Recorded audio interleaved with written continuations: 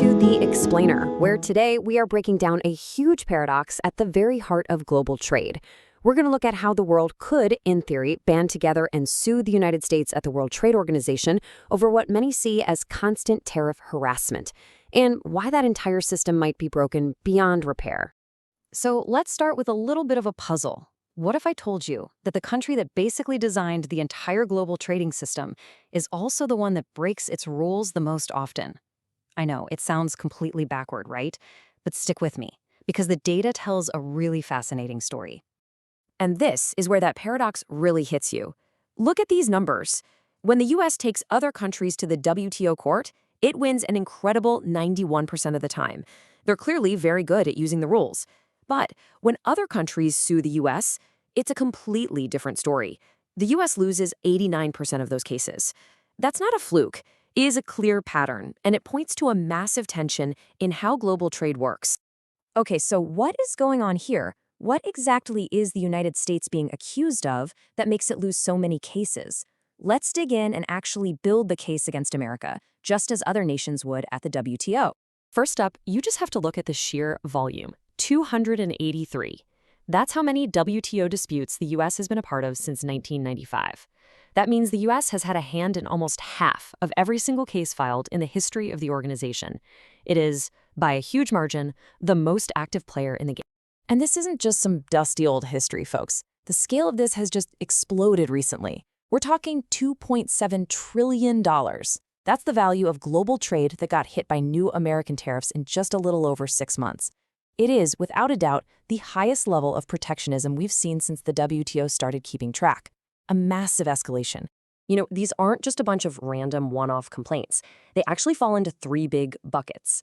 The case the world would build focuses on, 1, the U.S. abusing things called trade remedies, 2, misusing the idea of national security to slap on tariffs, and 3, just imposing massive new tariffs without any real legal justification at all. This quote right here just nails the core of the legal problem. The WTO panels basically lifted the U.S. justification for steel tariffs and said, wait a minute, you're telling us that steel from Norway, a NATO ally, is a threat to your national security? It just didn't pass the smell test. It looked for all the world like a flimsy excuse to protect a domestic industry, which is a big no-no. Okay, so with that whole case laid out, you gotta be asking, how can the world actually fight back? Well, it turns out that WTO's own rules provide a pretty clear playbook for how a united global front could respond. And you know what? There's actually a precedent for this. Countries have teamed up before. You had the famous shrimp ban case, where 4 nations filed one joint lawsuit. And even more recently, a massive coalition of 13 countries. We're talking heavy hitters like the EU, China, and Japan, all got together on a single case. So the idea of teaming up is already built into the system. So a united global strategy would likely unfold in 3 distinct steps. Think of it like a playbook. First, they'd launch coordinated attacks on entire U.S. laws, not just picking off one tariff at a time. Second, if they win and the U.S. doesn't change, they could all hit back with retaliatory tariffs at the same time to really maximize the economic pain. And finally, they'd use special panels to create this long official paper trail of non-compliance. Which brings us to the absolute core mystery of this whole thing. If this powerful 3-step playbook exists, and if the legal case seems so strong, then why isn't it working? Why is this playbook just sitting on a shelf collecting dust? The answer? Well, it lies in one single move. A move so devastatingly effective, it basically paralyzed the entire system. A total checkmate. Here it is, the crucial point.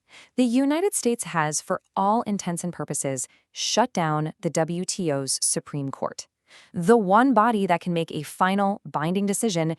It just doesn't operate anymore. And this didn't just happen overnight. It was a very deliberate step-by-step strategy. It starts back in 2016 when the U.S. just starts blocking any new judges from being appointed to this court. Then comes the big moment in December 2019 when the court runs out of judges and just stops. And this was followed by a suspension of its financial contributions to the WTO in March 2025. Now, from the U.S. point of view, this was a reaction to what they saw as years of judicial overreach from that court.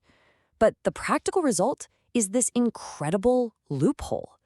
The U.S. can lose a case, which we know happens 89% of the time, and then just say, okay, we appeal. But they're appealing to a court with no judges. So the case just hangs there, forever, suspended in a legal black hole. It's basically a get-out-of-jail-free card. So we're stuck in this global stalemate. The referee has been taken off the field. What on earth does the future of international trade even look like now? Well, experts basically see three ways this could all play out. Scenario 1, the breaking point. A full-on global trade war gets so bad that countries are forced to do something, even outside the WTO. Scenario 2, institutional reform. The cooler heads prevail, and everyone comes together to strike a grand bargain to fix the system. Or Scenario 3, fragmentation. The world just gives up on the whole idea of one global system and breaks apart into smaller regional trading clubs. But getting everyone on the same page for that big reform, well, it's incredibly tough for a few key reasons. First, the US is powerful enough to just cut side deals with countries one-on-one, breaking up any potential alliance. Then you've got the classic free rider problem. Why pay to sue the US when you can let someone else do it?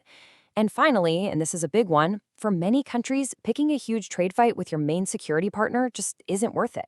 So in the end, it all comes down to this one really big question. For decades, we had a global rulebook and a referee to enforce it. That's pretty much gone now.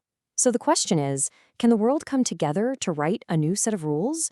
Or is this the beginning of a new era where we all just have to learn to live without them?